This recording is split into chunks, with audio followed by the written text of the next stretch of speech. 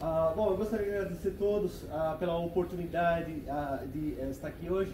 Eu já falei isso em todos os eventos que me chamaram, mas eu preciso repetir. É uma felicidade muito grande perceber o quanto que os esforços do meu pai continuam vivos através de todos vocês e como o pensamento dele é uma realidade em qualquer lugar que eu encontro na USP. Bom, agora, Perdão? Pode apresentar? Por favor, por favor. Eu fui chamado para falar um pouquinho sobre os começos do Química em Ação, mas esses 40 anos são 2 anos antes de eu nascer, então eu vou ter que trapacear um pouco. E eu não sou um químico, mas eu me doutorei em arqueologia, então eu vou me aventurar a tentar fazer a arqueologia do Química em Ação. Tentar recuar através de conversas com a minha família e da biblioteca do meu pai até o que eu acho ser a origem mais remota do Química em Ação. Hoje nós estamos comemorando 40 anos desse laboratório, mas eu gostaria de tentar convencer vocês de que tem 20 anos a mais pelo menos nessa história. E vamos começar isso em 1967, o último ano de graduação do meu pai, em que ele precisava ir para a escola de aplicação da Faculdade de Educação para tirar a licenciatura dele. E nessa época ele estava muito nervoso porque ele não sabia muito bem como fazer para se comunicar melhor e lidar com os alunos. No entanto, eu acho que esse nervosismo não estava muito bem colocado, porque meu pai sempre foi um comunicador muito bom. E uma das coisas que demonstra isso é que todo ano ele era o aluno escolhido para dar o trote nos calouros como o professor Fausto. Ele inventou esse personagem impagável, que era o professor Laurêncio Ernesto Nobelione. Todos os anos ele punha farinha na cabeça e fazia este personagem que, a despeito de ser batizado com o nome de 2 elementos transurânicos vizinhos, não era reconhecido por nenhum dos alunos. E sem contar que, pelo amor de Deus, Ernesto Laurêncio Nobelione, está aí o Ernesto Laurêncio que ganhou o Nobel, o inventor do ciclotron, e ninguém percebia.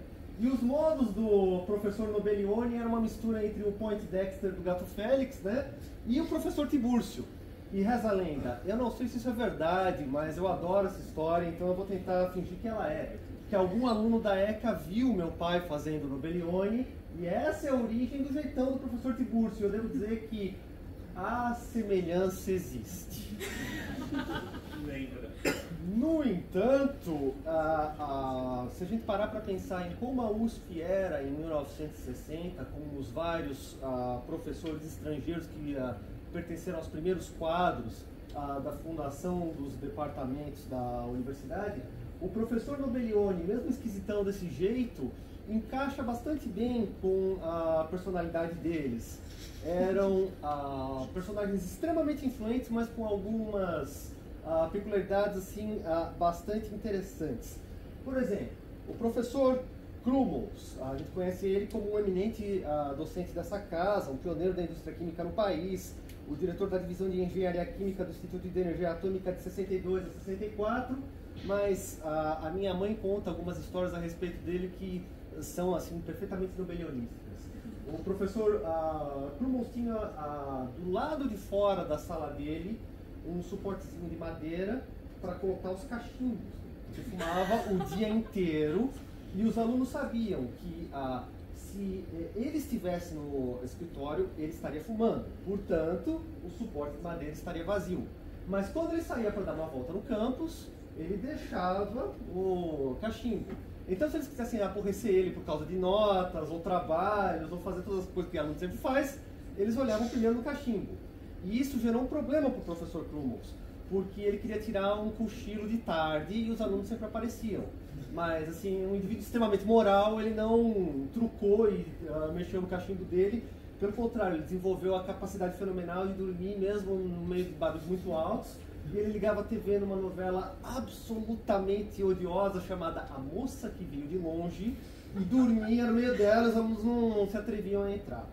A química não é o monopólio dos professores excêntricos.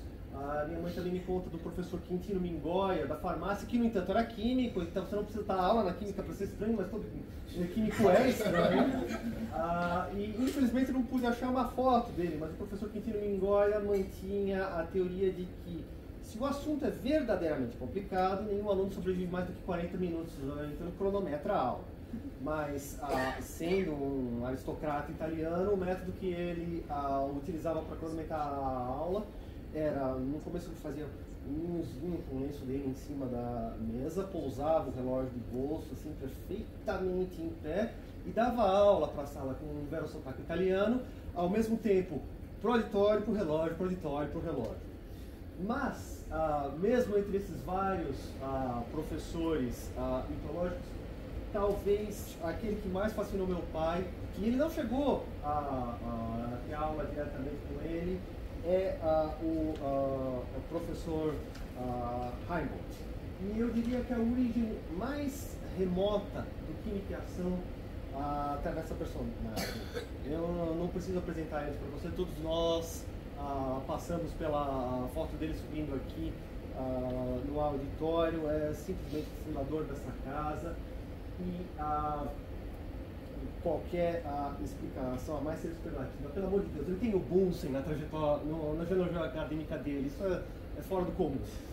E a Química e Ação talvez nasça de uma das aulas inaugurais do professor Heimbold. Não sei se a famigerada aula inaugural que começa esse departamento, mas pelo menos uma delas. O professor dava as aulas em francês pausado, era um professor de fisicoquímica, acho que é provavelmente isso que torceu o braço do meu pai para fisicoquímica assim profundamente, e ele tinha o cuidado de sempre ilustrar os princípios com experimentos em sala, que eram geralmente muito bem cuidados e muito bem estruturados. O mais famoso, que meu pai não viu, ele só escutou essa história, mas fascinou ele, fascinou minha mãe, eu escutei essa história a minha vida inteira e ela é realmente muito legal. É uma aula inaugural em que no final ele trazia uma rosa, mergulhava ela em nitrogênio líquido e aí ele presenteava essa rosa para a secretária dele com o improvável e impagável nome de Madeleine, e ela recebia a rosa com a extrema presença de espírito, martelando ela, estilhaçando ela com um martelo. E o meu pai se encantou com essa ideia e eu acho que ela é assim, o primeiro germe do Química em Ação. Mas voltando para 1967, o meu pai está prestes a entrar para o estágio dele e ele está preocupado em como se apresentar em público. Minha mãe conhece, ela morava no Belém na época, um mágico de palco que tinha se aposentado e estava agora dando aulas para mágicos amadores. Ele tinha o nome de palco de Chabregas, é uma região de Portugal. Infelizmente se perdeu no tempo, não consegui levantar mais nada a respeito disso. Mas o Chabregas, mais uma vez, torce o braço do meu pai, que desiste da ideia original dele de simplesmente estudar teatro para dar aula melhor e começa a cultivar a ideia de estudar ilusionismo para dar aula melhor, porque seria a junção do teatro e tentar trazer aquelas demonstrações de fisicoquímica e incorporá-las na aula. Aqui da biblioteca do meu pai, um par de métodos do curso de mágica, logo ele começa a fazer vários deles, um atrás do outro, fica absolutamente fascinado pelo tema. E ele chega ao ponto de, essa é difícil de acreditar, a fazer um curso de ventríloco. Vocês conseguem imaginar meu pai como um bonequinho de ventríloco? Essa é a parte do manual que ensina a prender a cabeça ao corpo do boneco. É impagável, eu não consigo imaginar meu pai com um boneco de ventríloco. Mas, de qualquer forma, era uma forma de aprender dinâmica de ensino. Se vocês, para olhar, a maior parte dos métodos são coordenados ou até escritos por um cavalheiro chamado Sarmento de Lima Morgado. Entre os mágicos amadores brasileiros, ele é mais conhecido como Morgan, um mágico. Ele foi uma figura-chave do ilusionismo brasileiro na décadas de 60 e 70. Todo mundo aqui que teve um kit de mágica quando criança teve uma peça produzida pela loja do Morgan, no Tempo das Mágicas. cuja característica principal é porque ele está entre a ditadura militar e a hiperinflação. Então, as ilusões eram feitas mais baratas possível, mais ou menos. Papel, um par de elásticos e bastante papel alumínio, mas funciona. E os personagens... perdão, antes um ponto importante. O Morgan não é o começo do ilusionismo brasileiro. Um antecedente importante da figura do J. Peixoto, que já nas décadas de 20 e 30 traduz alguns métodos europeus e é o iniciador da tradição aqui. A gente pode pensar no Morgan como um continuador dessa tradição de palco um pouco mais remota. Mas de qualquer forma, o meu pai fica fascinado por esse mundo de mágicos amadores e começa a entrar nas associações deles e cada vez mais ficar mais interessado. Aqui um autógrafo do Najan. Eu consegui encontrar uma foto de alguns desses mágicos amadores, e eles são umas figuras muito divertidas. Aqui na Embaixada dos Mágicos da Prefeitura de São Paulo, eu separei os mágicos com essa linha vermelha em cima. Ignorem os tipos umbrosos do outro lado da prefeitura, vamos focar nos mágicos. Os nomes de palcos deles são absolutamente fenomenais. Jaguinho, Cronos, Rocan, King, Najan. Najan é o cavaleiro com as costeletas fenomenais que provam que essa foto foi tirada de 70. Belmestre e Delfos. E esses mágicos, eles se veem como os mantenedores de uma tradição de palco que vem assim desde o século XVIII, né, e que encontra uma formalização como o Robert Rodin, que é assim uma mágica deliciosamente anacronística, perdida no passado, muito centrada em efeitos do que eles chamam de magia de close-up, né, pessoal, com equipamentos mais complicados, cenários. Ela tem todo um aspecto romântico ao redor dela.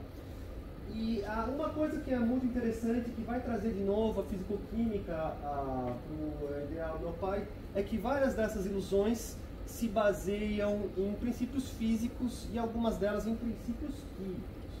Só que elas o fazem com diferentes graus de envolvimento teórico.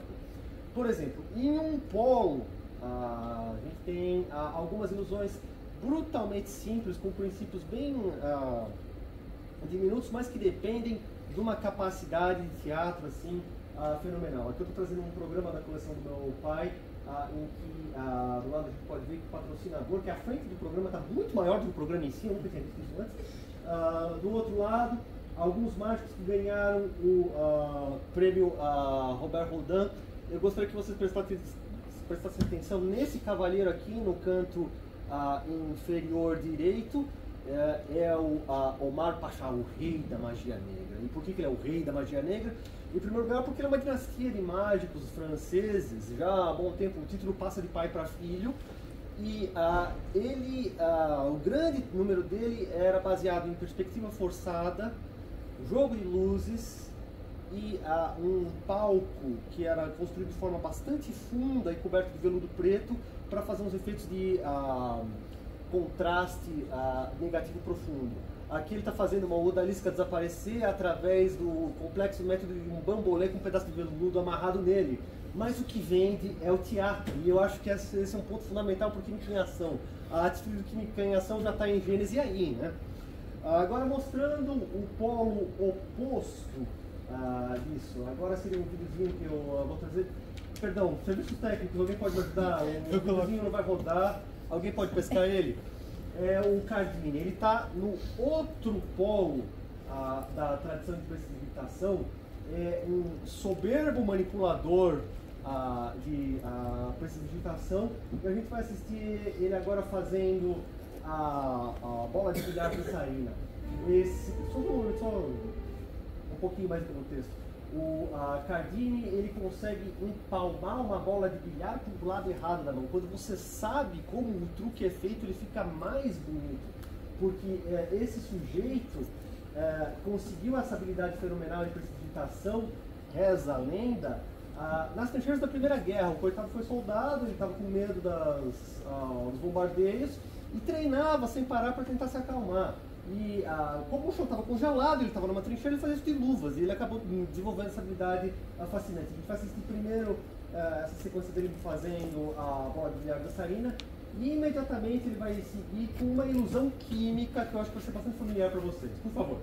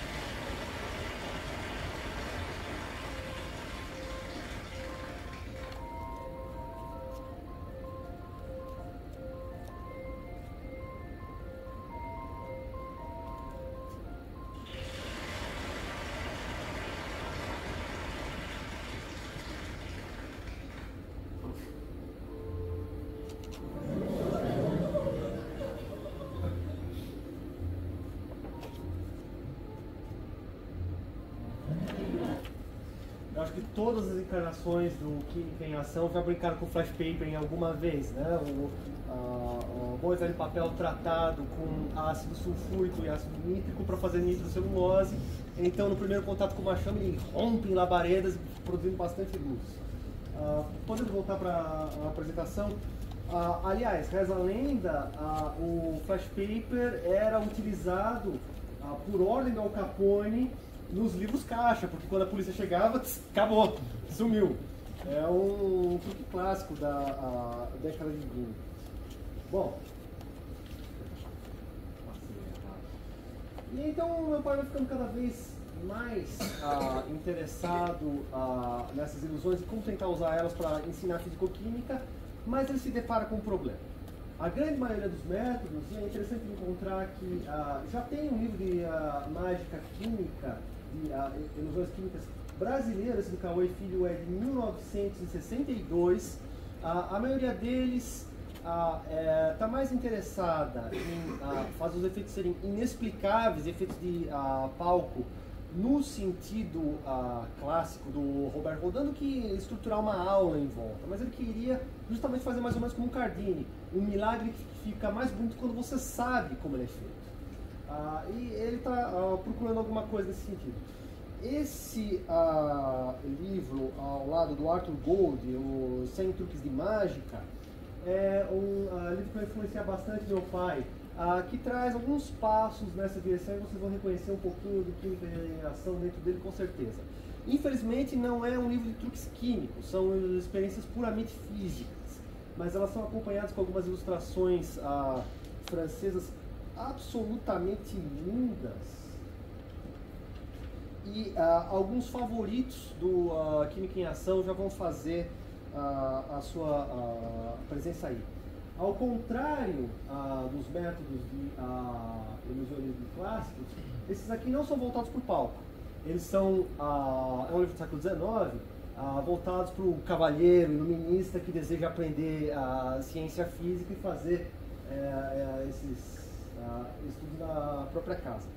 E alguns deles são extremamente inverossímeis. Tem coisa muito boa, mas tem coisa muito difícil de acreditar que seja possível fazer em absolutamente qualquer laboratório. O primeiro, ok, passa bem. É a estratificação em fases de soluções coloridas diferentes. Acho que toda encarnação diferente do Química em Ação teve alunos que já fizeram seu Ikebana no copo de Hoffman. Ok, beleza. A próxima é uma exótica, mas muito simpática, a experiência de Oersted. É uma versão em miniatura, mais ou menos influenciada pelo experimento de Faraday. Você tem uma agulha imantada e vai fazer uma corrente elétrica, mostrar que o magnetismo é afetado pela corrente, mexer na agulhinha. Usando uma bateria de prata e níquel, só que ele faz isso com a cutelaria de casa. A bateria é feita com um garfo de prata fincado num pedaço de carvão coque. Já começa a ficar um pouquinho mais difícil de acreditar que isso funciona. Depois tem esse maravilhoso lançador de bumerangue que eu acredito que tem que ser ficcional. Não dá pra acreditar num bumerangue em miniatura, nem físico consegue fazer isso.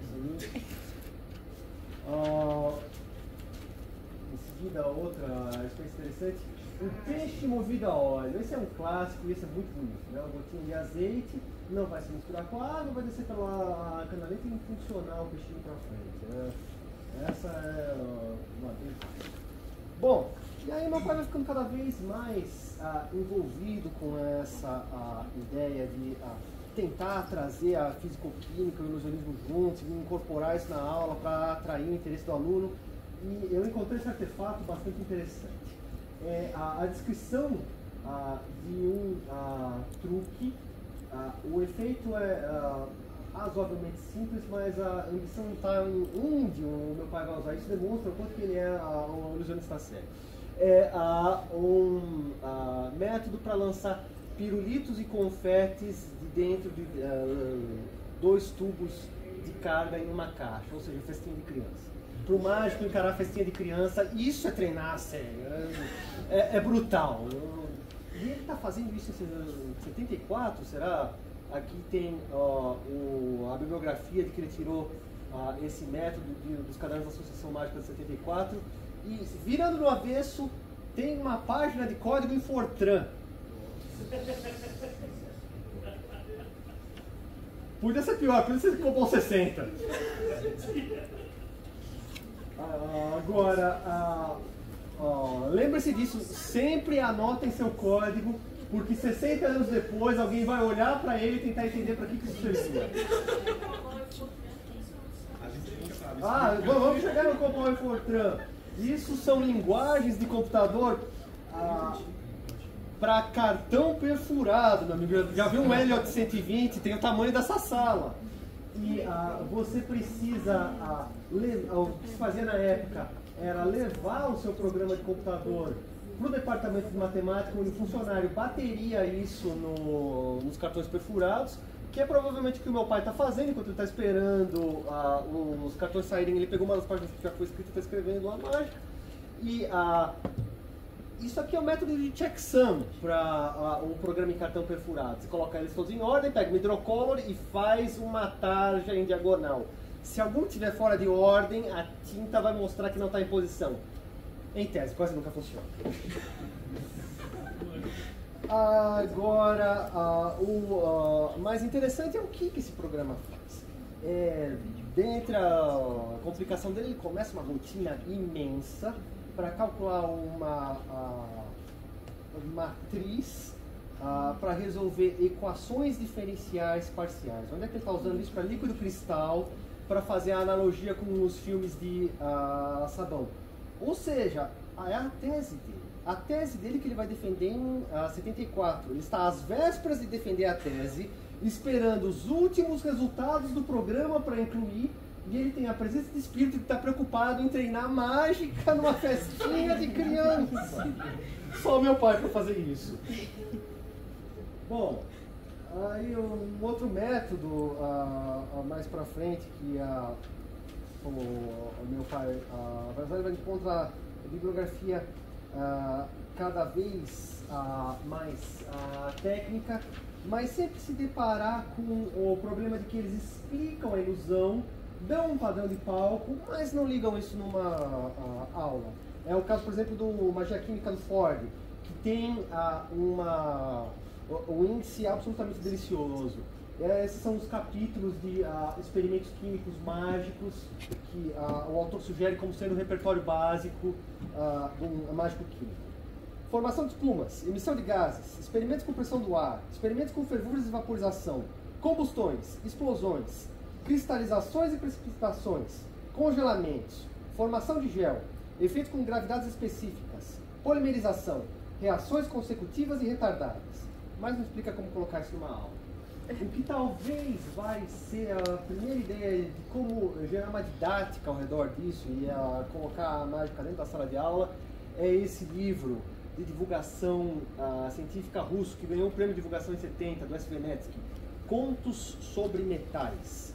é um livro muito simpático que tenta traçar o que o autor chama de biografias dos metais. Ele pega cada um deles e conta os usos cotidianos, históricos e industriais. Aqui eu peguei o capítulo do berilo, em que ele traça a história desde a esmeralda que o imperador Nero utilizava para assistir os jogos gladiatoriais, porque ele era míope, não tem mais ou menos um grauzinho, está quase lá. E isso sou eu completamente desavergonhado colocando a arqueologia como membro do laboratório de arqueologia do Roma Provincial, não posso deixar o Nero de fora. E ele prossegue essa história até como o berilo foi utilizado para fazer o cone superior e o assoalho da cápsula Gemini Friendship 7. E aí já começa o primeiro ponto que o meu pai vai colocar como o norteador de qual seria a química em ação. Primeiro é mostrar o experimento físico-químico como se ele fosse um milagre, depois desmontar esse milagre dentro da sua explicação científica, deixando ele mais interessante ainda, e finalmente atrelar ele à experiência cotidiana e às aplicações úteis. Bom, só que como partir desse ideal e chegar no Química em Ação é algo que eu vou ficar me perguntando com muita curiosidade, e vou perguntar para os professores Porto e Rodrigues, que foram quem colocou isso em prática. Eu não tenho uma ideia muito clara de como é que se faz para chegar para sair da ilusão e chegar ao estímulo de formação de uma nova geração de químicos trabalhando em pesquisa, em ensino e desses novos profissionais, mas eu vou me aventurar a dizer que ela tem alguma coisa a ver com essa opinião do Maurice Klein. Maurice Klein é um eminente professor de matemática que gera um monte de problemas para a matemática. Ele é um excelente professor do curso básico, mas não fale as opiniões dele sobre matemática pós-século XIX no departamento de matemática, senão os caras vão fazer montinho em você. Não use as ideias dele sobre o Gödel em público, mas todo mundo concorda que ele é um excelente professor de matemática básica. É isso que ele tem a dizer. Ele fala que ele instiga que todo professor se torne um ator. Sua técnica na classe deve ser ressaltada por todas as técnicas do teatro. Ele deve ser dramático sempre que apropriado. Ele não pode ter apenas fatos, mas fogo. Ele deve utilizar todas as suas excentricidades de comportamento que fazem nascer o interesse humano. Ele não pode ter medo do humor e deve usar ele amplamente. Qualquer piada irrelevante ou história faz uma sala de aula acordar. Bom, eu termino aqui, só que antes eu gostaria de tomar a oportunidade. Meu pai não deixaria passar a chance de tentar fazer um truque de mágica. Então depois que eu terminar aqui, depois das perguntas, eu vou tentar replicar um truque clássico do Houdini, porque todo mágico amador faz parte do culto de Houdini, que é a fuga da corrente do transporte siberiano. Obrigado.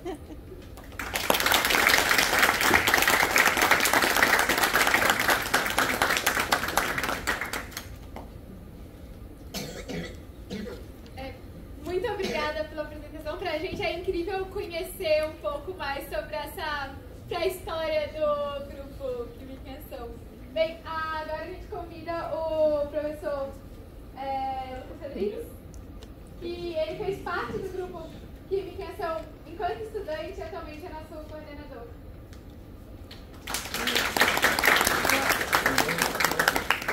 Bom dia, pessoal.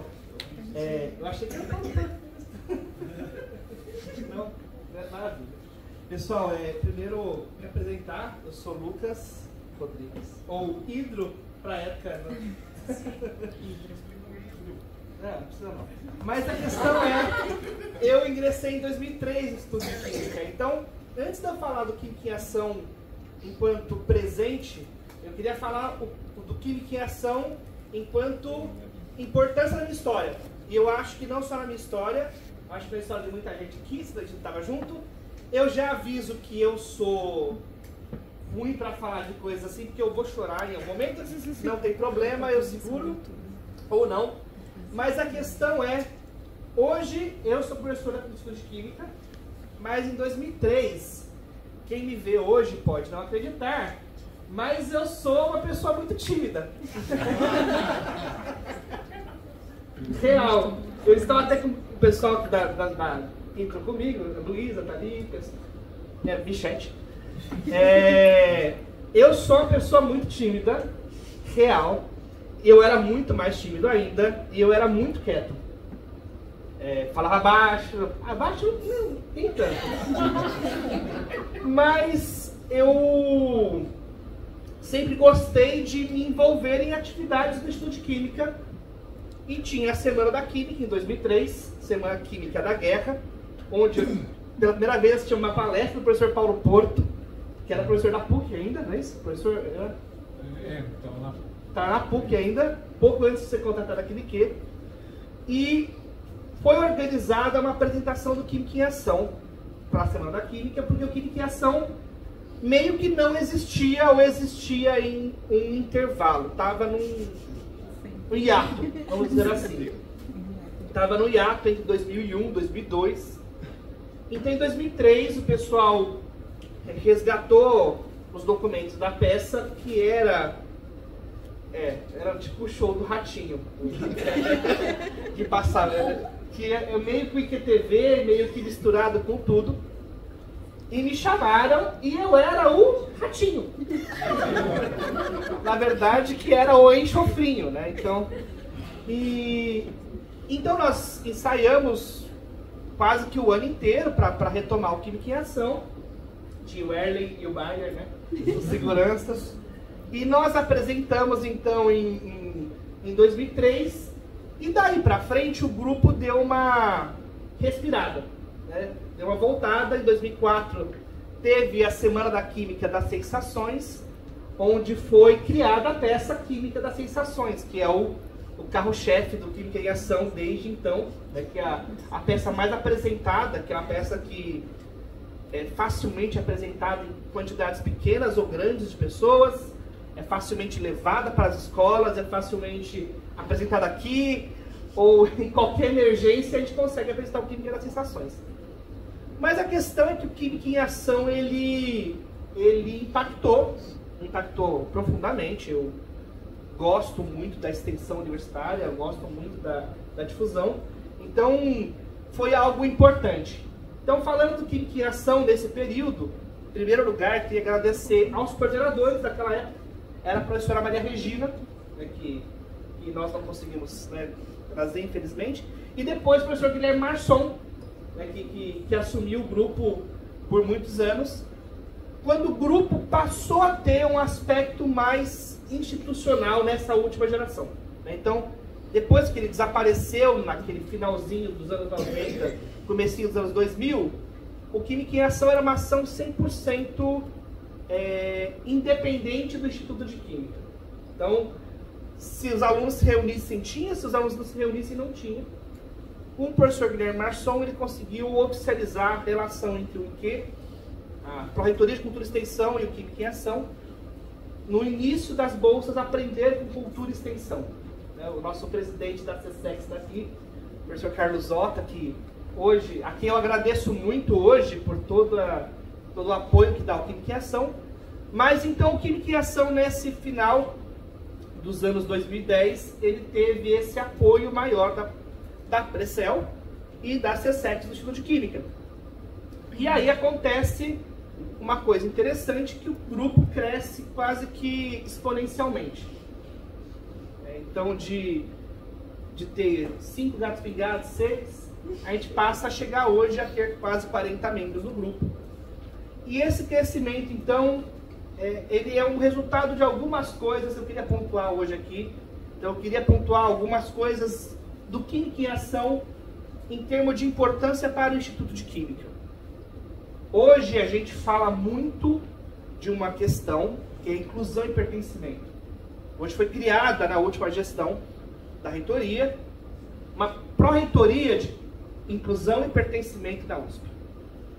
E essa pró-reitoria foi criada para atender melhor professores, alunos, funcionários, de maneira a se sentirem mais envolvidos com a universidade, um apoio psicológico, apoio psicossocial, apoio financeiro, e dar uma sensação de pertencimento às pessoas que participam da universidade.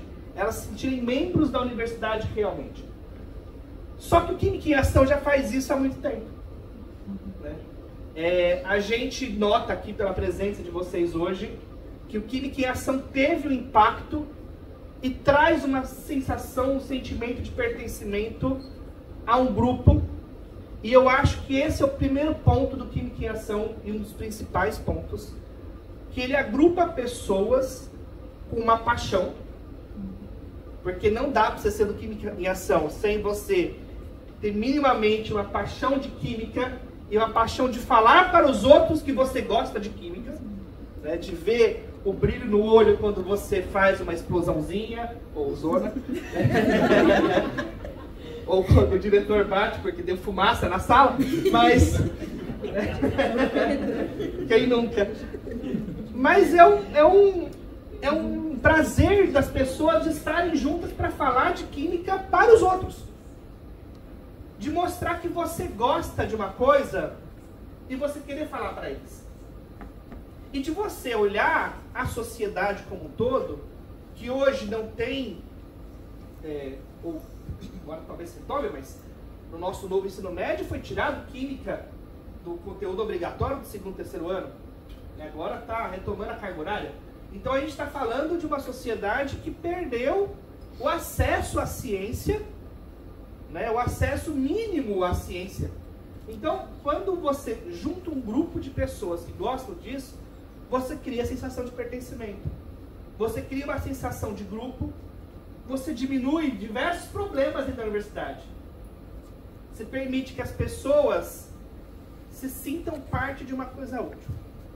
E aí entra um segundo ponto, que é na questão que eu queria chamar a atenção hoje, e eu queria chamar bem a atenção disso hoje, que é a formação de líderes, não no sentido do coach, mas no sentido de pessoas com capacidade de gerenciamento de pessoas, de situações, e que você percebe habilidades e aptidões que são desenvolvidas muito grande. Então, o primeiro ponto é que o Química em Ação, ele só existe até hoje por causa de aluno. E por causa do TI. Que impulsionou. Mas se não fossem alunos, discentes, não só do Instituto de Química, da farmácia, ou de outros cursos, se não fossem alunos com vontade de manter o grupo vivo, o grupo tinha morrido. Então eu acho que nós passamos por diversos coordenadores, aqui eu vejo alguns que estão presentes na plateia, que fizeram o Química em Ação não só crescer, mas se desenvolver muito. Então eu queria agradecer, em primeiro lugar, a todos os coordenadores que foram, antes de eu virar docente, orientador, então, que estavam lá junto com o Parson, estavam junto lá com a Regina, etc. Com o Atílio. Mas eu queria falar dos coordenadores que eu tive o prazer de conversar. Então, o Farma está aqui, né? O Farma foi com a gente para o Congresso Federal apresentar o Química em Ação na inauguração da Frente Parlamentar na Química, né, do Congresso. A gente teve várias ações. A gente teve a Natália, o Douglas e por aí vai. Eu queria fazer uma pequena homenagem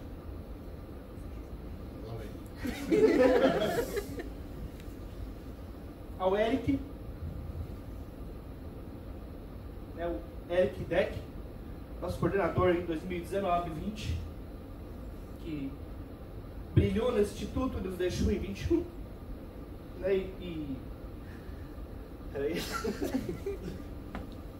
e agradecer aos membros atuais por terem terminado a peça que ele começou a escrever, né, que foi uma homenagem muito bonita. A pessoa que brilhou no IQ, né, e deixou o seu legado no Química em Ação. E eu queria agradecer, em especial, a Maria Elisa. Para quem não conhece, ela é um furacão. É o furacão Milton lá, né? Que passa varrendo E esse ano, para vocês terem uma ideia, a universidade teve alguns editais. Né? E por causa dela, e eu acho que a gente tem que dar nome às pessoas, por causa dela, Química em Ação esse ano ganhou o prêmio de melhor prática de extensão da Universidade de São Paulo. Né?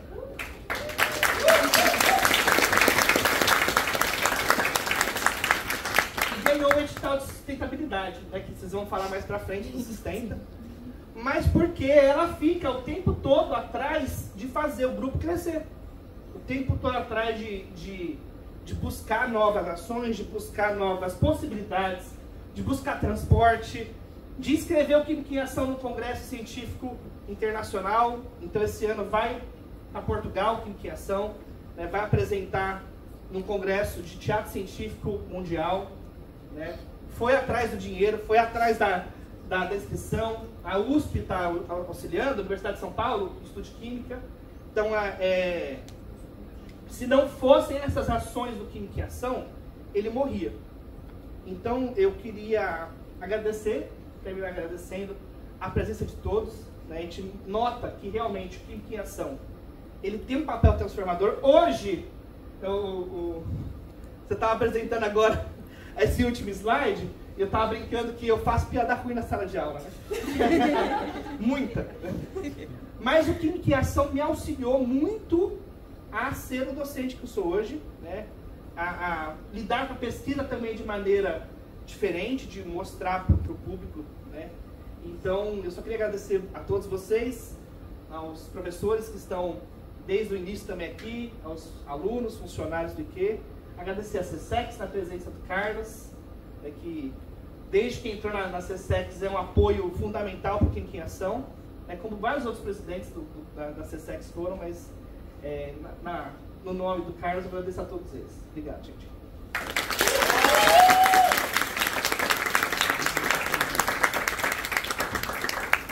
Muito obrigada, professor. Queria chamar o professor para falar um pouco.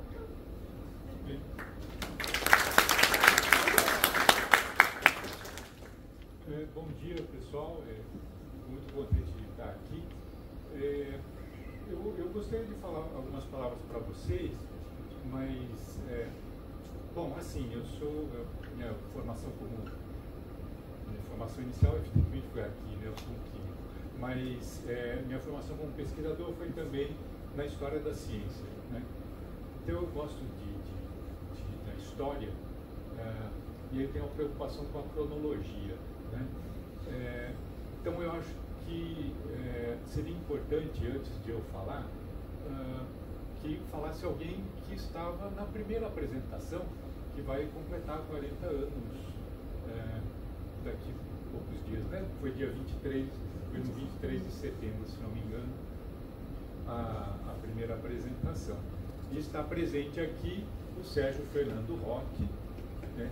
Se você sentir à vontade, eu gostaria que você falasse dessa primeira geração, ou da primeira encarnação, como também foi dito, né, do Química em Ação, e depois daí eu falo o meu ponto de vista. Você quer falar, Sérgio? Sérgio é o nome dele, mas ele era conhecido como Darinta. Se você quiser, conta a sua história também. Se não, conta.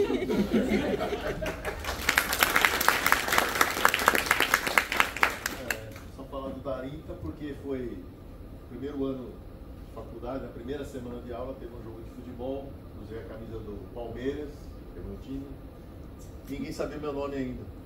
Joguei na zaga e tinha um zagueiro muito ruim, e eu também era ruim, né? Do Palmeiras se chamava Darinta, deve ter sido um dos piores jogadores que passou pelo Palmeiras. E aí o pessoal me apelidou de Darinta, já ficou o curso inteiro, né? Mas o que aconteceu foi que em 85, né, eu era do centro acadêmico, né, e eu, o Alexandre e o Alfredo, a gente fazia o jornalzinho da Química, né, convivia muito junto, e conversando com o professor Atílio, né, ele falava com aquela paixão da vontade de apresentar, né, ele mostrou para a gente algumas reações, falou, isso a gente podia, né? Tenho vontade de apresentar isso para os alunos, né, para fazer isso, né, da mesma forma que o pessoal faz show, né? Ele falou, vendo a apresentação aqui, eu lembro algumas coisas ele falando de mágica, da questão da rosa, isso eu lembrei também a hora que foi mostrado, né? Ele contou dessa história pra gente. Então, aí, eu, o Alfredo, o Alexandre e o Joaquim, que está ali, né? Também é da primeira turma que apresentou, né? A gente falou, não, então vamos preparar, né? Vamos fazer. E aí a gente começou a conversar como que a gente podia fazer uma apresentação. Então a gente começava a apresentação fazendo uma pequena palestra, falar um pouco de química, mas aí começava a apresentar as reações de uma forma um pouco teatral, música, né? A gente resolveu colocar música, resolveu fazer de alguma forma para prender a atenção dos alunos. E essa primeira apresentação, o pessoal gostou tanto, ele falou, não, isso a gente tem que continuar. E foi muito bacana, porque a gente teve um apoio muito grande dos professores do Instituto de Química, tudo que a gente precisava, né, conseguir material, reagente, eles emprestavam com uma boa vontade, né. Aí outros alunos começaram a ajudar a gente na preparação, e assim, eu estava comentando agora há pouco, a primeira apresentação grande assim, que marcou para mim foi quando a gente foi em Curitiba, né, na Sociedade Brasileira de Progresso da Ciência, a reunião que teve. E lá, aí já juntando nós quatro, a Regiane, né, que foi uma colega nossa aqui também, falou, vamos fazer a apresentação. Fizemos uma primeira num auditório que era um pouco menor que esse aqui, ele ficou lotado, não tinha espaço, e aí conseguiram um auditório talvez um pouco maior que esse, sei lá, e também encheu, e aí foi aonde a gente teve um grande sucesso ali na apresentação, e isso começou a ter várias apresentações. Aí muita gente começou a participar do grupo. Em 86 eu me formei, saí, né, do grupo, mantive ainda contato com alguns colegas, mas na época ainda não existia, né, o Facebook, não existia, né, o WhatsApp, era mais difícil, no e-mail. Eu tive sim aula de computação com aqueles cartãozinhos de perfurar. Aquilo que mostrou ali não foi estranho para mim, não. Então era uma época diferente. E fico muito contente de ver isso que vocês estão, né, a forma que evoluiu e essa forma que está fazendo esse sucesso agora, por exemplo, irem apresentar fora. Isso me deixa muito contente de ver que aquela semente que o professor Atiro colocou lá no início, né? E todo mundo que gosta, realmente, você falou um ponto importante aqui, todo mundo que ama química, todo mundo que gosta de química, gosta de mostrar química, gosta de falar de química, né? E então, isso me deixou muito feliz. Quero prolongar mais, pode por favor. Obrigado.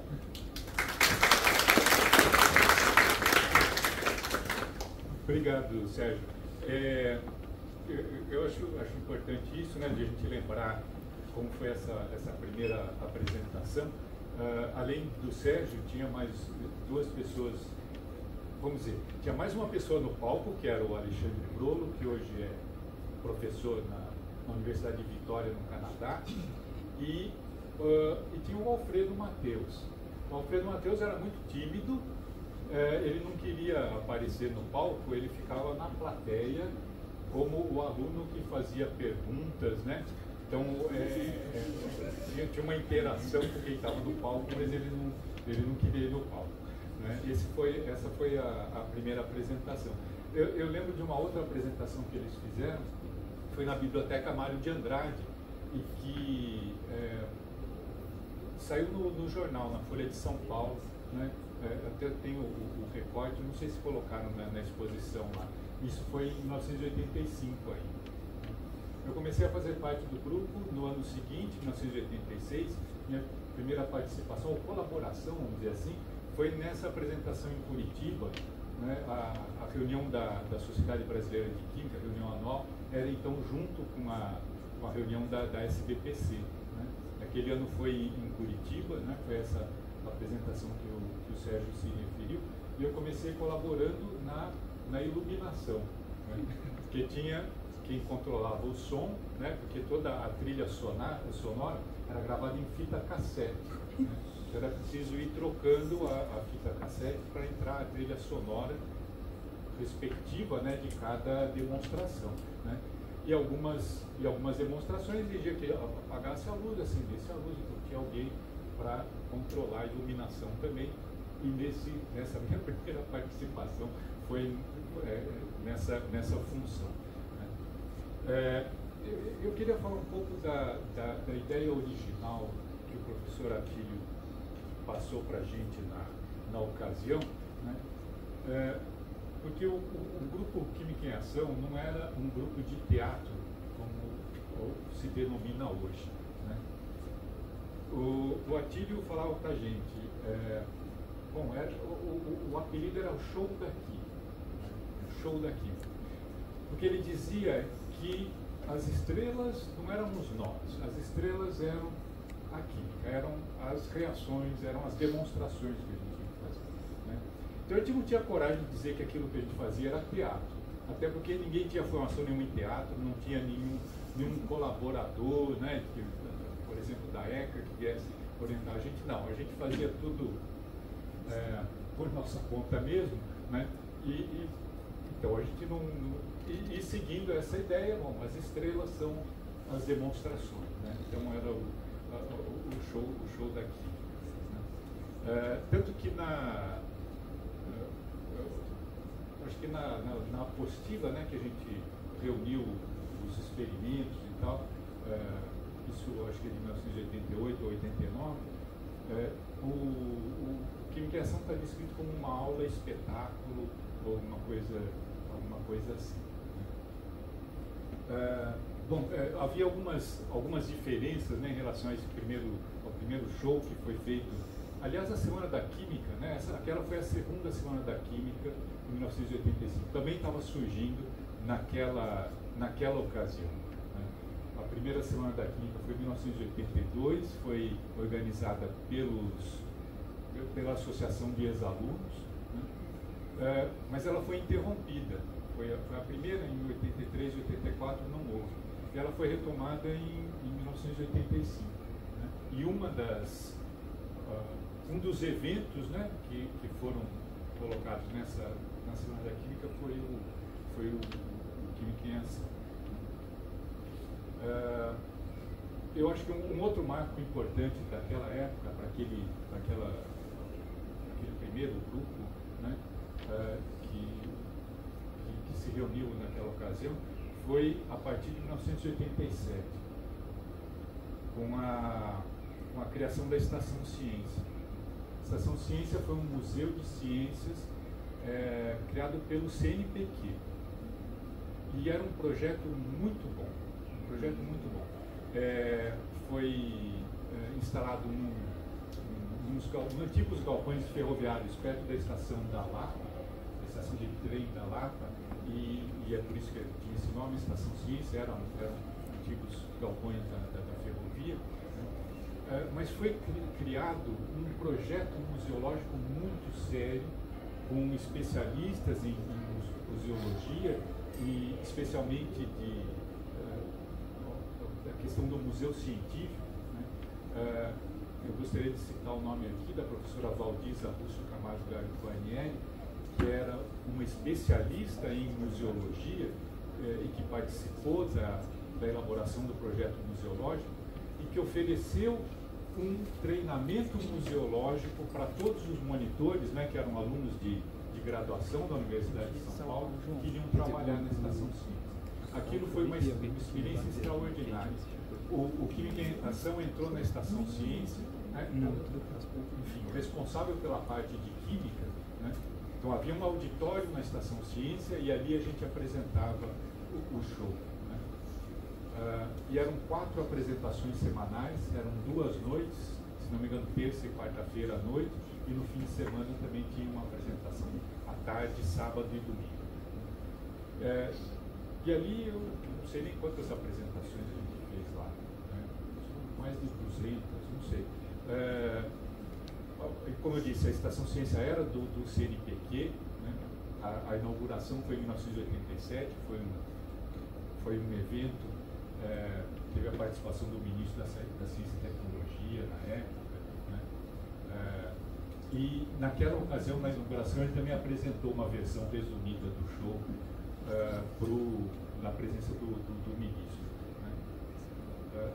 Na ocasião, acho que o show tinha 1 hora de duração, uma coisa assim. Né? E até tem um episódio interessante, eu vou contar aqui para vocês, que é o seguinte: no dia da inauguração da Estação Ciência, foi à tarde, a minha turma tinha aula de laboratório de físico-química. E o laboratório de físico-química eram vários experimentos, em rodízio, né? E um dos experimentos estava a cargo do Atílio. O Atílio era responsável por um dos experimentos.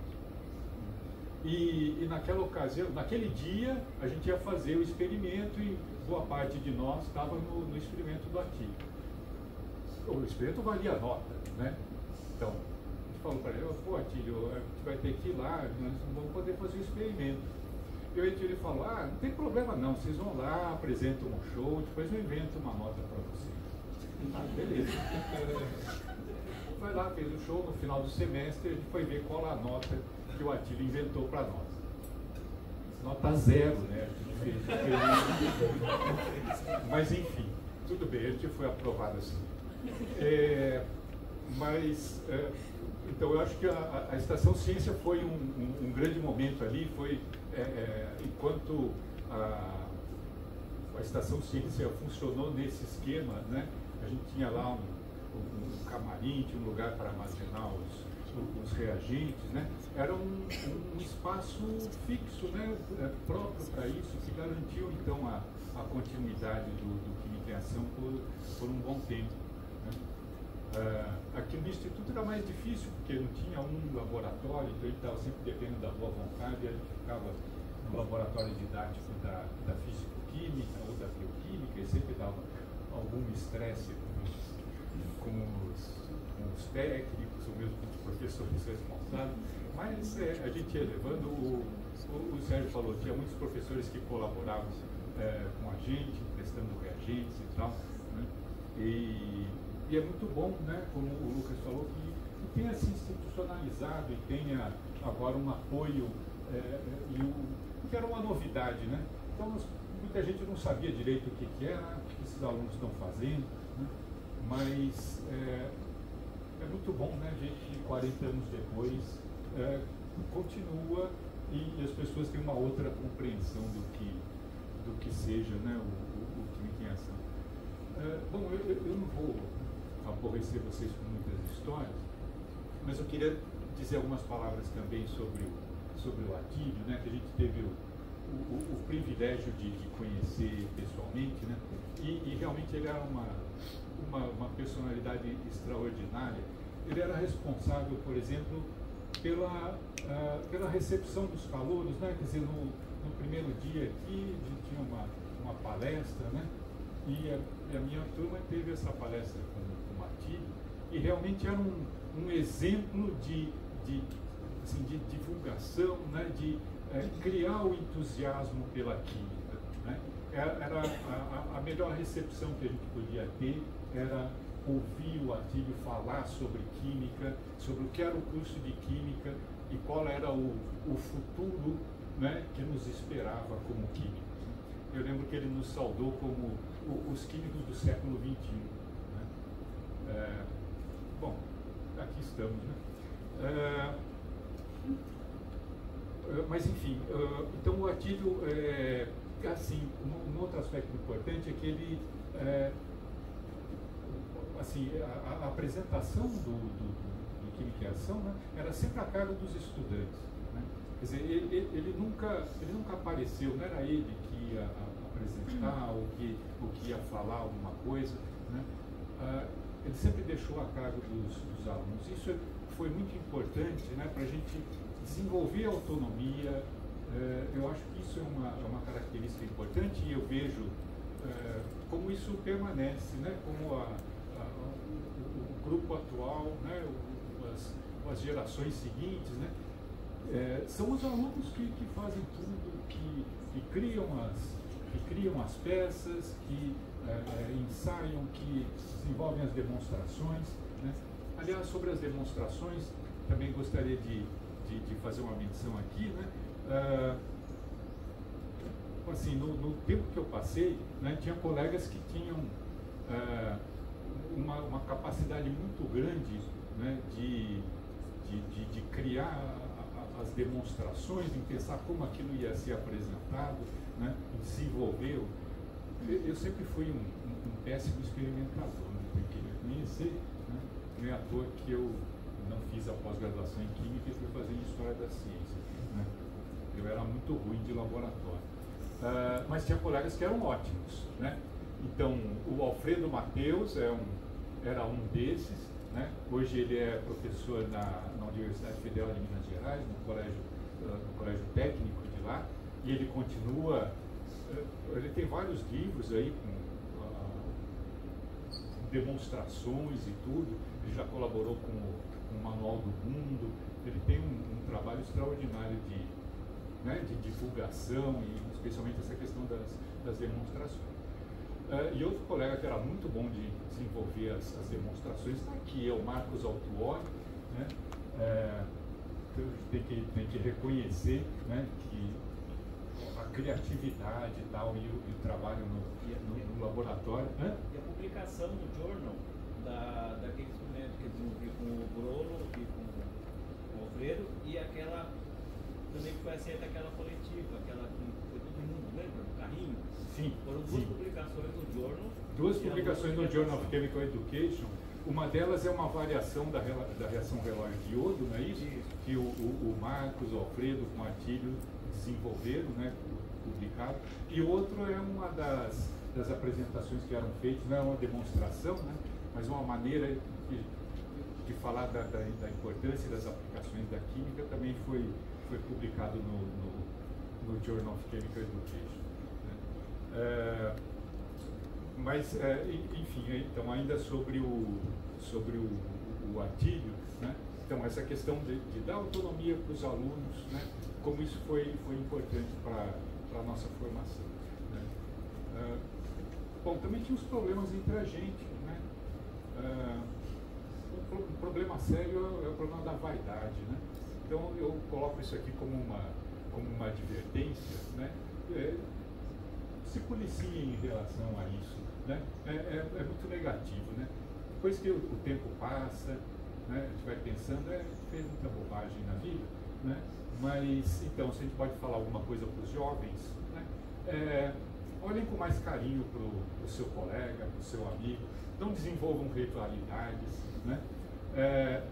Em relação a grupos diferentes, sempre tem gente que pensa diferente dentro da química, mas não tem nenhuma razão para ter rivalidade com o pessoal da Semana da Química, com o pessoal da Atlética, com o pessoal da bateria. Não, vocês estão todos no mesmo barco, né?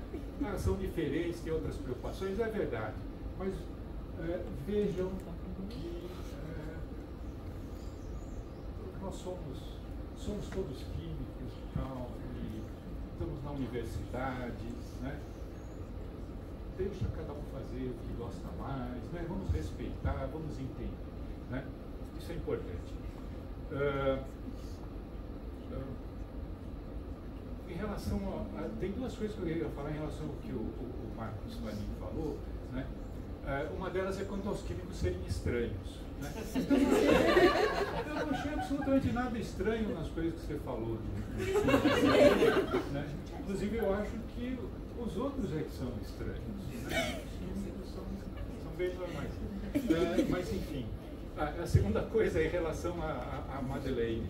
Madeleine não era secretária. Madeleine, o nome dela, Madeleine Perrier, era uma professora, devia ser auxiliar de ensino, não sei exatamente qual era o nome da função na época, mas ela era professora do departamento de química. Muito bem. Eu gostaria aqui de destacar, né, algumas palavras sobre o Atílio, que, como eu disse, era uma inspiração para nós. E quando, por ocasião do seu falecimento, né, saiu uma reportagem, né, em homenagem a ele no jornal da USP, e tem algumas palavras aqui o professor Paulo Sérgio Santos, que era diretor do Instituto na ocasião, eu gostaria de ler bem rapidinho umas palavras que dão bem uma ideia do sentimento, né, que o Atílio inspirava na gente, né? Então, nas palavras aqui do diretor, o professor Paulo Sérgio Santos, diretor do IQE, na qualidade de colega e profundo admirador, diz que Vanin extrapolou a função de docente, pois sua visão universal da ciência o colocava muito além das fronteiras formais. E aí, aspas para o professor Paulo Sérgio Santos. Tinha o espírito de um intelectual e de um artista, que conseguia enxergar a química, a qual tanto se dedicou, como atividade muito mais do que científica. Via como artística, humana, em alguns casos poética. E num outro trecho, ele diz, eu acho que o Atílio conseguia aproximar as pessoas, sempre soube mostrar o lado humano de quem faz ciência, o que atrai a atenção de jovens sensíveis e de talento. Então, uma frase que eu ouvi muitas vezes aqui, depois, né, da morte do Atílio, era: o Atílio faz muita falta. Isso eu ouvi muitas vezes aqui. E é esse sentimento mesmo, né? O Atílio faz muita falta. Mas a gente vê, né, que as ideias dele sobrevivem, né, a inspiração que ele deixou, né, e agora, né, para as novas gerações aí, eu acredito que ele ia ficar muito satisfeito. Nenhum de nós podia imaginar que 40 anos depois o Química em Ação estaria aqui, firme e forte, e, assim, totalmente novo, totalmente renovado, né, com novas ideias, um novo jeito de se apresentar, né? Isso é uma coisa extraordinária, né? E a gente só pode ser grato a pessoas como Atílio e a todos aqueles que fizeram parte aí dessa trajetória. Obrigado.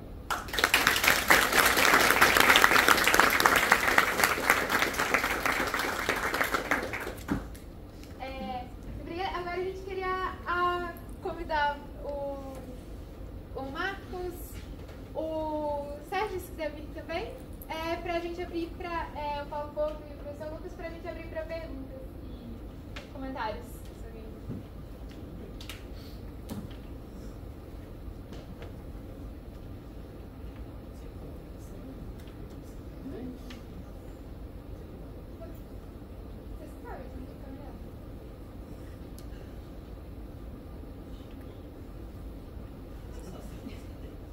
Eu acho que sim. Todo mundo dá ali, Eu acho que...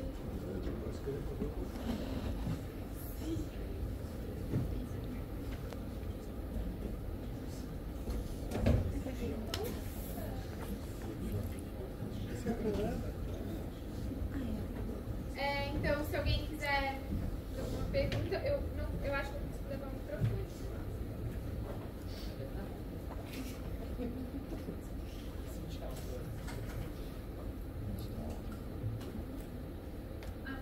A gente comentou aqui que aqui tem a geração nova e a geração milênio.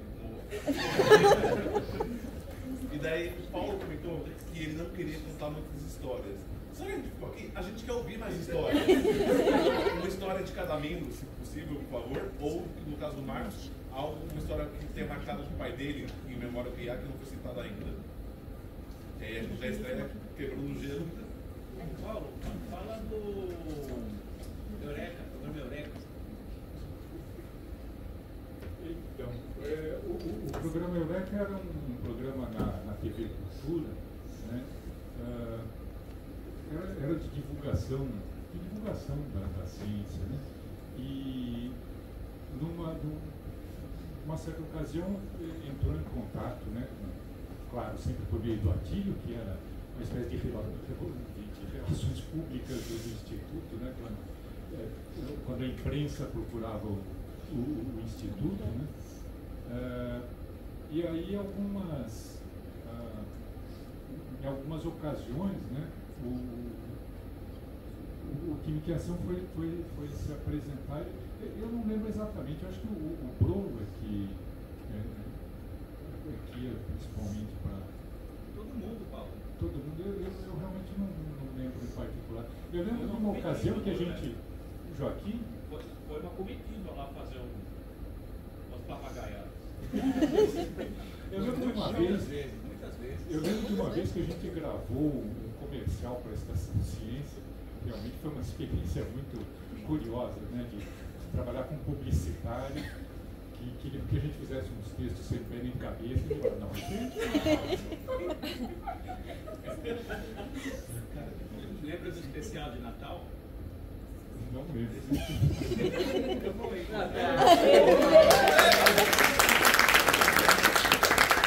Uma hora muito ruim.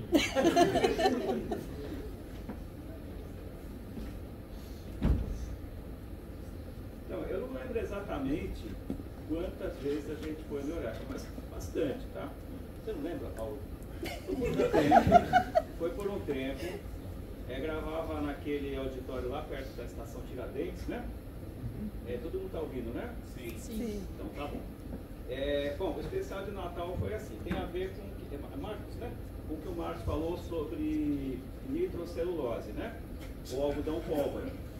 A gente usava muito o show, porque acho que todo mundo aqui é químico. Não, claro. Bom, o algodão pólvora, você coloca ele na mão e aproxima uma chama, ele instantaneamente se decompõe, de forma que não queima a mão, porque os gases sobem, né? Então, se você tem que manter longe do rosto, né? Porque senão queima o rosto. Também, algodão pólvora, né? Eu era um dos autorizados a produzir esse explosivo na base de ácido nítrico e ácido sulfúrico, com a mão amarela, né? Que em contato com o ácido nítrico, né? Fazia na capela e tal. Enfim, então a gente fazia esse show no Eureka e no especial de Natal a gente pensou, bom, a gente tem que fazer alguma coisa relacionada com Natal. Árvore de Natal.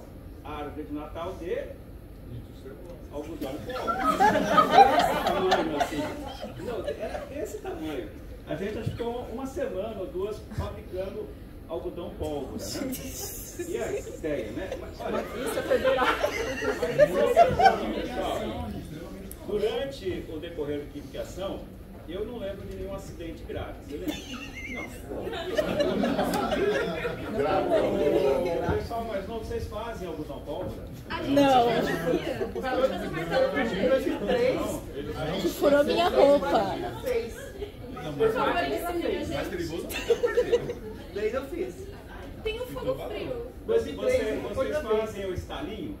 Não. Tem um fogo frio que coloca no Tá certo, eu fogo. faço. a gente tem fogo frio. Vocês ensinam a gente? Sim, é base de Álcool e água. Não pode falar os ingredientes. Álcool e água, fogo frio? Tem um martelo vermelho. Sabe que a gente era mais sem juízo, a gente fazia de cloro metano e. A gente era mais sem juízo na época. A gente tem um martelo vermelho. Tetacloreto.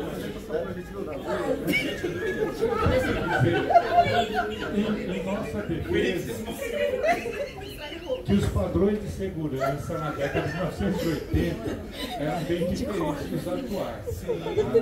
Então, realmente, não, a gente trabalhava com coisas que realmente eu não teria coragem de fazer hoje em dia.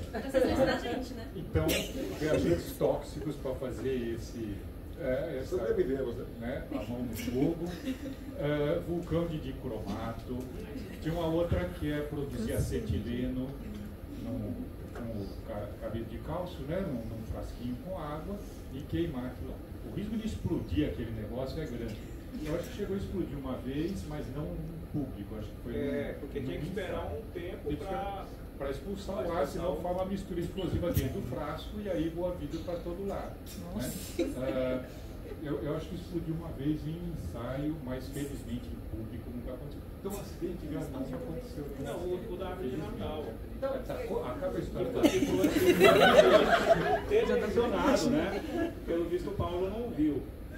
Talvez não tenha percebido. Então, tá, tô eu aqui, né? A bancada, né? A árvore de Natal aqui, né? Mais ou menos dessa altura, né? Tá.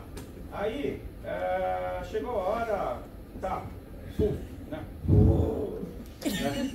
Aí acontece o seguinte, era palco, né? Então eu tava meio que prensado aqui, tive que ficar meio perto. A hora que o negócio estourou, eu senti um calor assim, se tivesse ficado o dia inteiro na praia. Aí a primeira coisa que passou pela minha cabeça é que será que meu rosto está todo preto? Aí veio, não, mas peraí, nitrocelulose não produz fuligem, então peraí, meu rosto não está preto. Será que eu tenho sobrancelha? Será que eu devo entrar em pânico? Bom, aí eu consegui fazer uma cara de tudo normal. Parece que devido à baixa resolução da TV na época, né?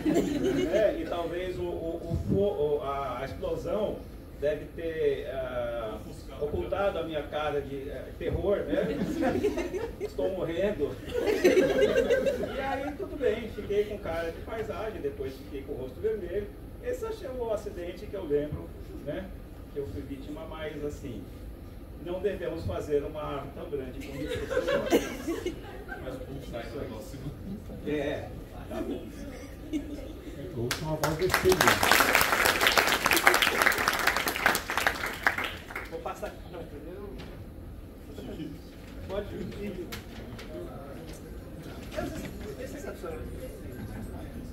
Tem que ligar. Tem um botão aí.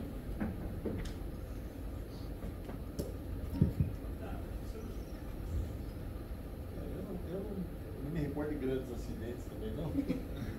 Mas assim, teve situações. Uma que a gente gostava muito, que é a reação oscilante, por exemplo, né? Muita gente pedia para explicar. Aí, tanto tempo até a gente não explicava. E aí o Paulo teve a brilhante ideia de explicar, mas em 10 segundos, né? Então, fazia muito sucesso o Paulo explicando a reação oscilante. Né? Essa da nitrocelulose, realmente, eu lembro a primeira vez que a primeira pessoa que pôs na mão no grupo de quem fui eu, né? Aí a hora que eu lembro que o Alfredo foi acender, ele falou, você tem certeza disso? Eu falei, agora vai, agora não tem mais jeito de voltar, não tem mais jeito de voltar para trás, né? Mas teve várias, né? Ali na SBPC a primeira vez, a gente foi preparar, né? Preparou tudo, foi uma apresentação muito boa. E até o que não dava certo, acabava dando certo, porque o pessoal pensava que era combinado, né? Por exemplo, a gente fez uma faixa, né? A gente fez uma faixa e escrever. E alguém ficava com uma abelha, né? Meio estranho, né? Porque devia ser uma música, né? Mas fizeram uma abelha. E aí alguém vinha borrifando para tinta invisível, né? Aí era como se fosse um inseticídio, sabe? Não sei se o pessoal conhece hoje em dia, né? Ninguém nunca viu. Aí começou a borrifar, aí o Alfredo olha para mim, ou ali para Alexandre, não está escrevendo, deve estar ao contrário. Aí eles vão correndo virar a faixa, né? E aí começa a aparecer, né?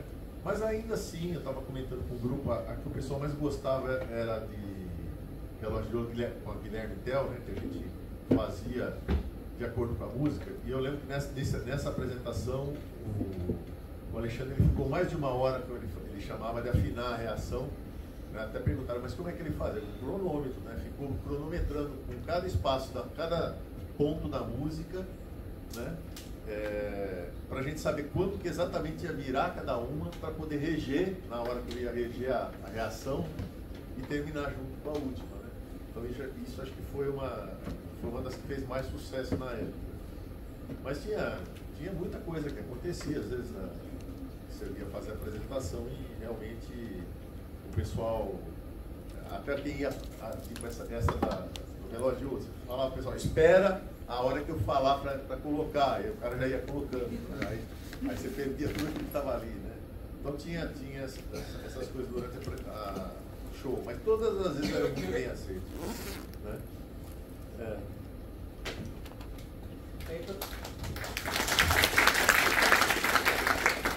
Posso emendar? É que o Sérgio contou uma história e citou o meu nome, aí eu preciso escrever. A réplica. Você podia fazer aí, ó. É que eu não lembro, embora tenha apresentado mais de 100 vezes isso aí, eu não lembro. Mas o interessante é o seguinte, e essa história eu nunca contei em público. Eu não, porque você falou que foi uma ideia genial, não foi. Tá? Eu vou dar o contexto para vocês. Ele estava ensaiando, né? Estava ensaiando o show, né? E assim, tinha muita coisa para fazer, né? E às vezes empacava, né? Falava assim, mas isso aqui tem que fazer assim. E o negócio não andava, e estava demorando, a gente tinha muita coisa para fazer ainda, né? E estava discussão, como é que a gente vai apresentar a explicação da reação oscilante. Que o Marcos mencionou, né? Que a ideia era mostrar como uma coisa extraordinária, um efeito visual bonito, mas depois explicar, de fazer a questão de explicar, né? E a explicação da reação oscilante é muito complicada, porque é uma série de reações, são várias transformações encadeadas, né? Formando um ciclo. Então a transparência, a gente usava a transparência lá no REP, a transparência mostrava, né, todo o ciclo, né? E aí a gente explicava, o ácido malônico reage com iodo reage com hidrogênio sulfito, e a gente estava ensaiando, estava demorando, e falava, vamos fazer, tá, vamos logo com isso aqui, né? E aí eu comecei a explicar muito rápido aquilo lá para o ensaio andar, né?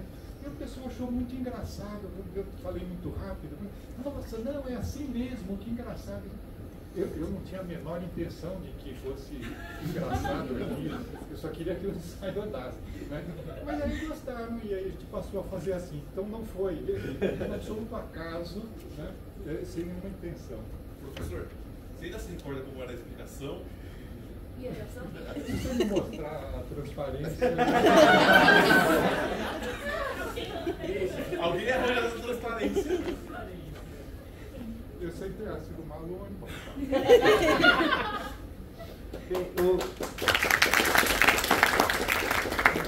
Eu estava tentando lembrar de histórias, né? Literalmente não lembrar de nenhuma história. Tem duas coisas que são assim, do contexto que a gente fazia, que eu acho que é interessante. A primeira, que a gente está discutindo agora há pouco do Química das Sensações. Então a ideia do show do Química das Sensações era para a Semana da Química das Sensações. Então, como surgiu o show? Vamos pensar em sensações e reações que podem lembrar cheiro, cor, alguma coisa assim. E uma delas era o susto. E a reação era sódio metálico em água. E a gente colocava no retroprojetor para ampliar, para ficar grandão, né? Então a pessoa viu o sódio passeando de um lado para o outro. E se ele não estourasse ou não fizesse nada, a Claudinha, ela estava treinada para dar o grito. Um grito que era assustador. Era aquele grito de filme de terror que só ela sabe fazer. Então tinha esse segredo. Se a reação desse errado, a Claudinha ia dar o grito no final e todo mundo ia assustar, inclusive a gente, né? Mas outra coisa sobre dar errado, que eu estava lembrando, que agora eu não lembro se foi, eu acho que foi quando a gente retomou em 2003, que tinha o Mr. M, um dos personagens era o Mr. M para fazer um show de mágicas dentro do... E uma das mágicas era a quimioluminescência do luminol, e a gente ensaiou alguns meses lá no Queijinho. E funcionava, todo mês funcionava. E aí, alguém falou assim, não, a gente tem que começar a ensaiar agora com os reagentes bonitinhos que a gente vai fazer. Então, em vez de usar a água na torneira do Queijinho, a gente foi usar água destilada do laboratório. E a gente passou 2 semanas com a reação não funcionando.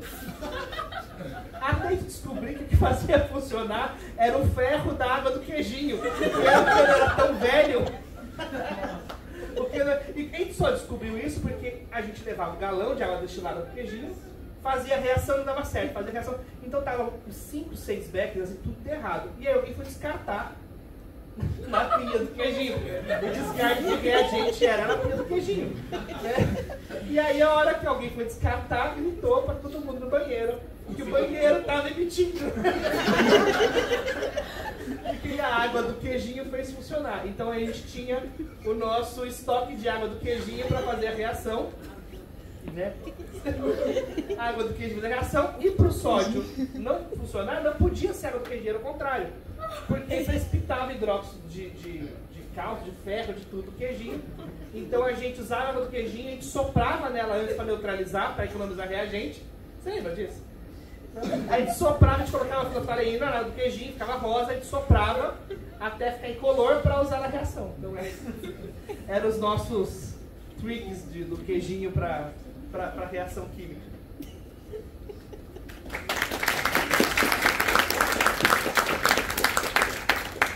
Bom, antes de contar a minha história, primeiro eu tenho que esclarecer alguma pergunta sobre essa nitrocelulose.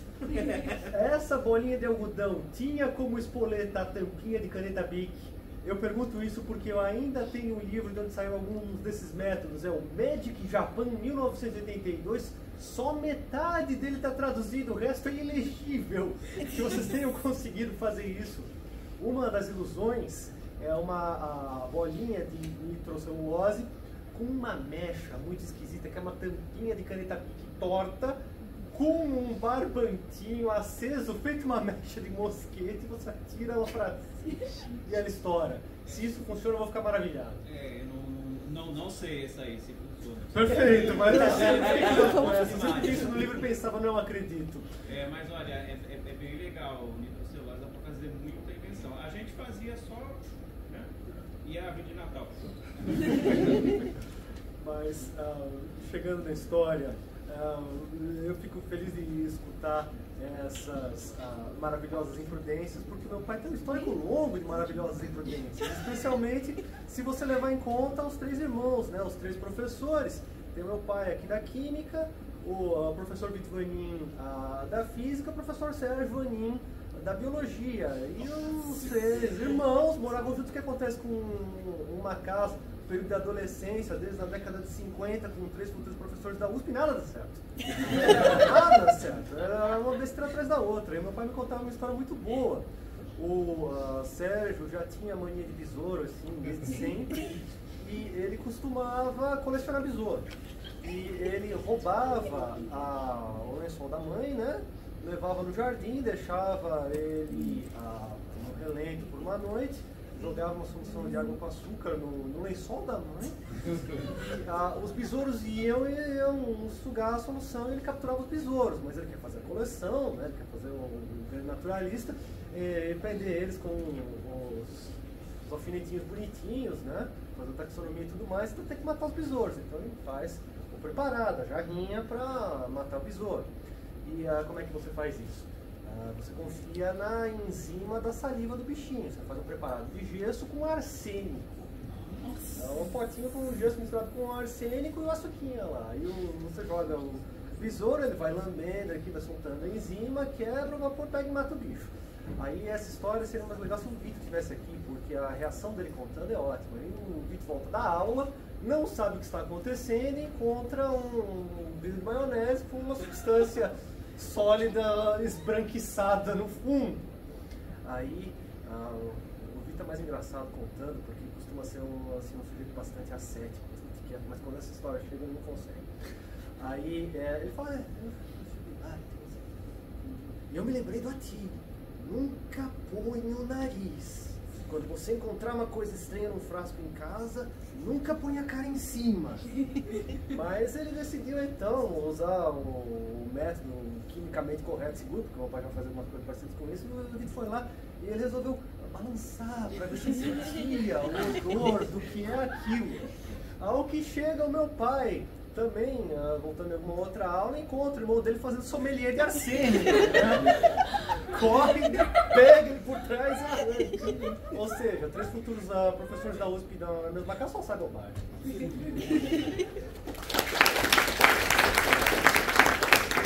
vez, quando ele estava preparando o primeiro show, o professor Adira disse o seguinte: olha, tenha em mente o seguinte, quanto maior o risco do apresentador, maior a audiência fica presa. Quanto mais o risco de vida, maior o risco de vida, mais atenção eles vão prestar. Viva a árvore de Natal.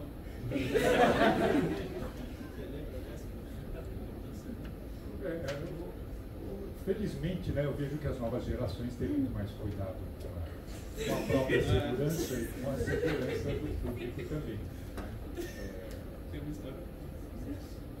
Assim, na Estação Ciência, tem um outro episódio, né? Bom, que a gente tinha um armário lá para guardar os reagentes, mas a gente precisava também de peróxido de hidrogênio. mas precisava para... Na pergunta é tipo... detergente... É o shopping. Pode ser. Pode ser. Mas enfim, precisava de peróxido de hidrogênio e precisava guardar na geladeira, era concentrado, né? Ele precisava guardar na geladeira. Não tinha geladeira nos bastidores ali do auditório, né? Então ele precisava pôr na geladeira, que tinha para outros usos também dos funcionários da Estação Ciência. E, então te deixava o frasco de peróxido de hidrogênio na geladeira, onde as pessoas guardavam comida e bebida. Claro que a gente tinha um rótulo, né? Arroz, peróxido de hidrogênio, né? Água oxigenada, talvez, não sei. Mas enfim, o fato é que, para resumir a história, teve uma ocasião que alguém bebeu aquilo lá, algum funcionário desavisado bebeu aquilo lá e foi um problema. Desde então a gente passou a colocar a garrafa dentro de uma caixa com um cadeado, e aí a caixa com um cadeado dentro da geladeira. Né? Mas assim, nunca negligenciem a segurança, certo? E nunca achem que não químicos vão entender, certo? Não subestime a estupidez humana. Lu, É daí que sai a regra 17? Pelo sabor, mas a gente gosta. Gente! É daí? Provavelmente essa regra é anterior, né? Mas enfim. Essa regra era para nós, mas infelizmente né, quem estava lá não conhecia. a regra 19, na verdade, a gente tinha que assinar o papel do laboratório. Eu assinei. Né? Tem essa. E aí, quando foi fazer as sensações em 2004, uma saudosa docente daqui, que eu não vou citar o nome, ela fazia a gente ler em voz alta na aula de laboratório cada regra. E na hora que chegou na regra 19, alguém começou a zoar. Não, isso é muito estúpido. De experimentar, jamais experimente produto químico pelo sabor, por mais apetitoso que ele pareça. E aí a gente estava bolando aqui aquelas sensações, e tinha lá o sabor, e a gente colocou então a gelatina de limão, que era para comer, que não podia comer, e aí a gente colocou o alerta da regra, mas foi daí. Agora só um comentário. A gente está falando de todos os quase acidentes ou perigos, não sei o quê. Veja, se vocês contarem essa história, vocês tomam bronca. Como é passado, a gente ri. Então no futuro vocês podem contar qualquer merda. Agora não. No momento a gente fala que nada nunca aconteceu. Isso. Vou contar uma que não é do Química em Ação, mas que a gente fez em 86, na época que vocês não viveram, teve um congelamento e se faltava de tudo. A gente não conseguia, o açougue ficava fechado, a gente não conseguia fazer nada, porque não encontrava as coisas para comprar mesmo com dinheiro. Era difícil, né, tinha ágio. E um dia, um feriado, uma sexta-feira aqui, era um feriado prolongado, estava eu, mas não lembro mais quem estava comigo. Eu lembro que tinha um técnico de laboratório também daqui, eu não lembro quem que era. E falou, bom, a gente precisa fazer um churrasco, mas não tinha como fazer churrasco. Aí o que a gente fez? Linguiça no álcool, na capela, usando cápsula de porcelana. Aquela época, a gente usou capela para cozinhar, só para vocês verem como que era na época. O pessoal esquentava lanchinho em estufa, né? Fazia algumas coisas que hoje é impensável. Espero que ninguém mais pipete com a boca, né? Não. Mas eu tenho uma história, né, que, não vou contar aqui porque essa tem que ser politicamente errada, mas depois eu... Mas, no almoço. No almoço eu posso Deixa contar. conta na roda de conversa. Na roda de conversa a gente conta. Mas a segurança mudou muito ao longo do tempo, né? Isso é importante. Acho que a gente fazia algumas coisas um pouco imprudentes, sim. Algumas muito, né? A única coisa que eu já usava óculos, né? E sempre que podia usar óculos de segurança, isso eu sempre me preocupei, mas algumas coisas a gente não tinha essa noção total da segurança, mas hoje eu acho que isso avançou muito, isso é importante, né? Mas o que ele falou, hoje aqui muita coisa que a gente dá risada, na época a gente não daria risada. Teve uma vez na minha primeira falou de sódio, né? Meu primeiro emprego que eu tive, depois que eu fui estagiário, né? Eu fui trabalhar em análise para a Receita Federal em Santos. Tinha uma análise muito simples, que era a fusão com sódio metálico, para ver se a borracha tinha cloreto, né? Então você pegava um pouquinho de borracha, um tubinho, né? Com sódio metálico, esquentava, depois você jogava em água e fazia teste para cloreto. Uma reação muito simples, e sobrava sempre um pouquinho de raspa de sódio que a gente fazia. Aquela raspinha que ficou de sódio, a gente abria debaixo da torneira e descartava, né? Não tinha problema. Só que alguém tinha jogado éter dentro da pia na hora que eu fui descartar, né? Aí subiu aquela chama, né? Depois de um palavrão muito grande meu, aí eu senti aquele cheiro de peru de queimado. Então, sódio metálico tem que ter muito cuidado mesmo. Mas ali foi uma questão de insegurança de outra pessoa. A gente não deixa mais.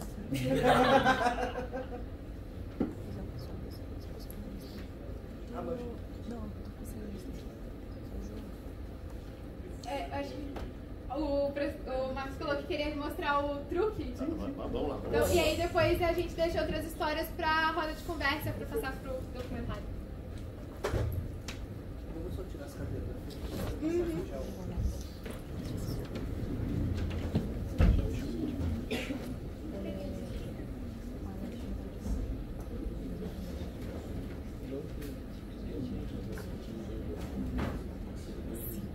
Bom, como meu pai não me perdoaria se eu perdesse a oportunidade de fazer um truque de mágica, eu escolhi alguma coisa que não vai infringir território, não é mágica química, a gente mantém a diplomacia.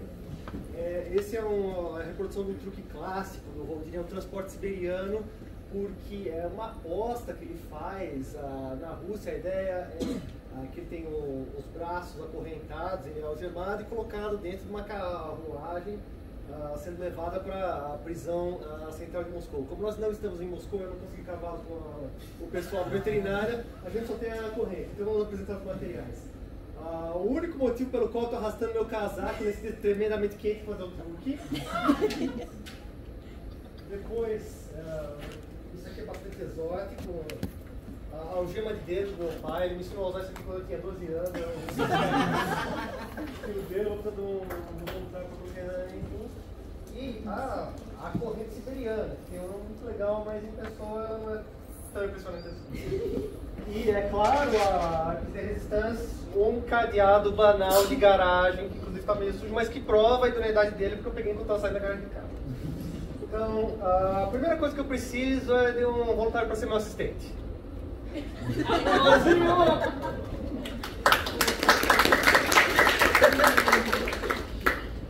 Primeiro, examinar todos os materiais e afirmar que não tem nada demais neles.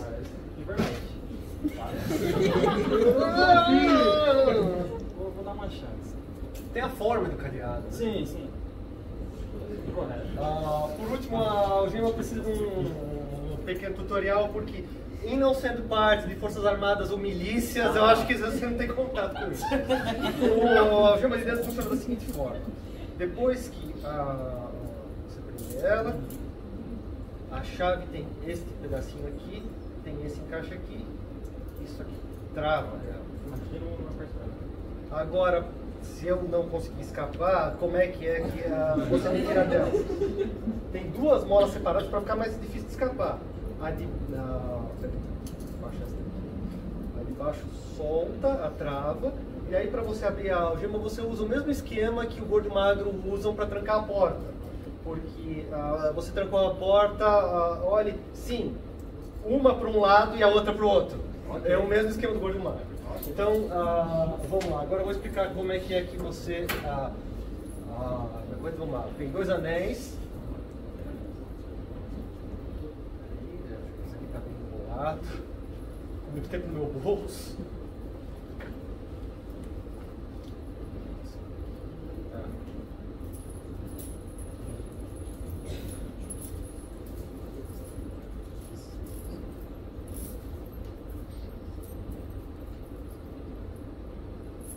Tem um anel externo e um anel interno. Você pega o anel externo, coloca contra o meu pulso e passa a corrente por ele.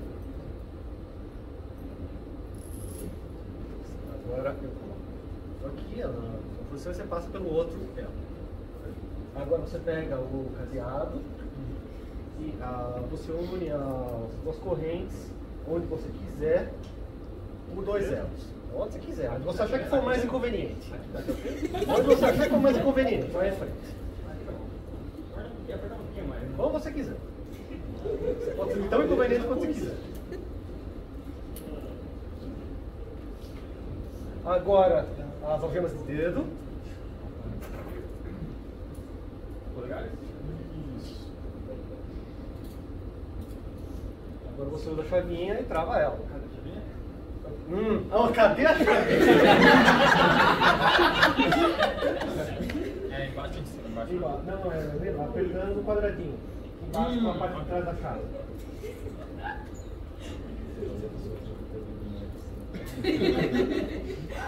Agora você vai comer o casaco encardido em cima disso aqui.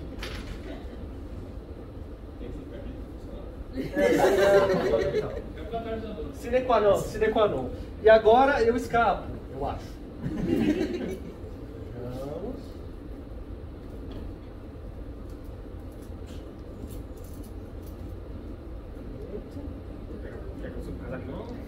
É uma boa. Não, vou fazer isso. Assim que eu me soltar das algemas, eu aviso. Só um momento. Você pode aqui um minuto? Como está atrapalhando? Tá, peraí. Toma seu tempo, a gente tá tranquilo, pode.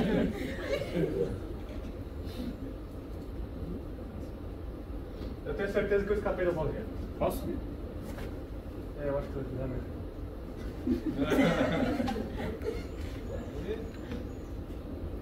Embaixo? Isso.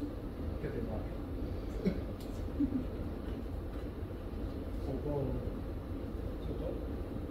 Para cima, um pro lado, um pro outro.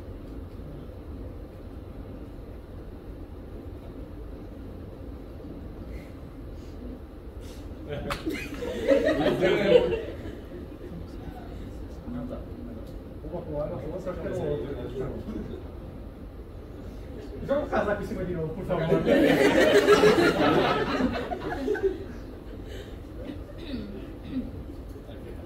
Por favor, a chavinha é absolutamente trivial.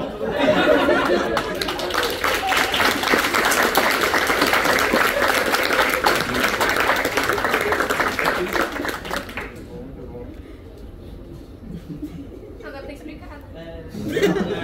Mas jamais. Essa não é química. Óbvio, está dentro. Obrigado.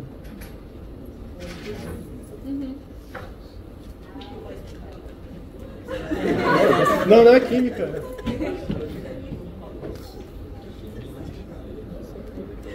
Muito bom, muito obrigada.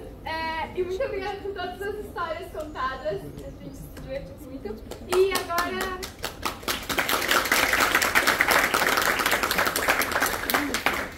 eu vou chamar a Mai, que vai passar pro documentário. Aí ela explica.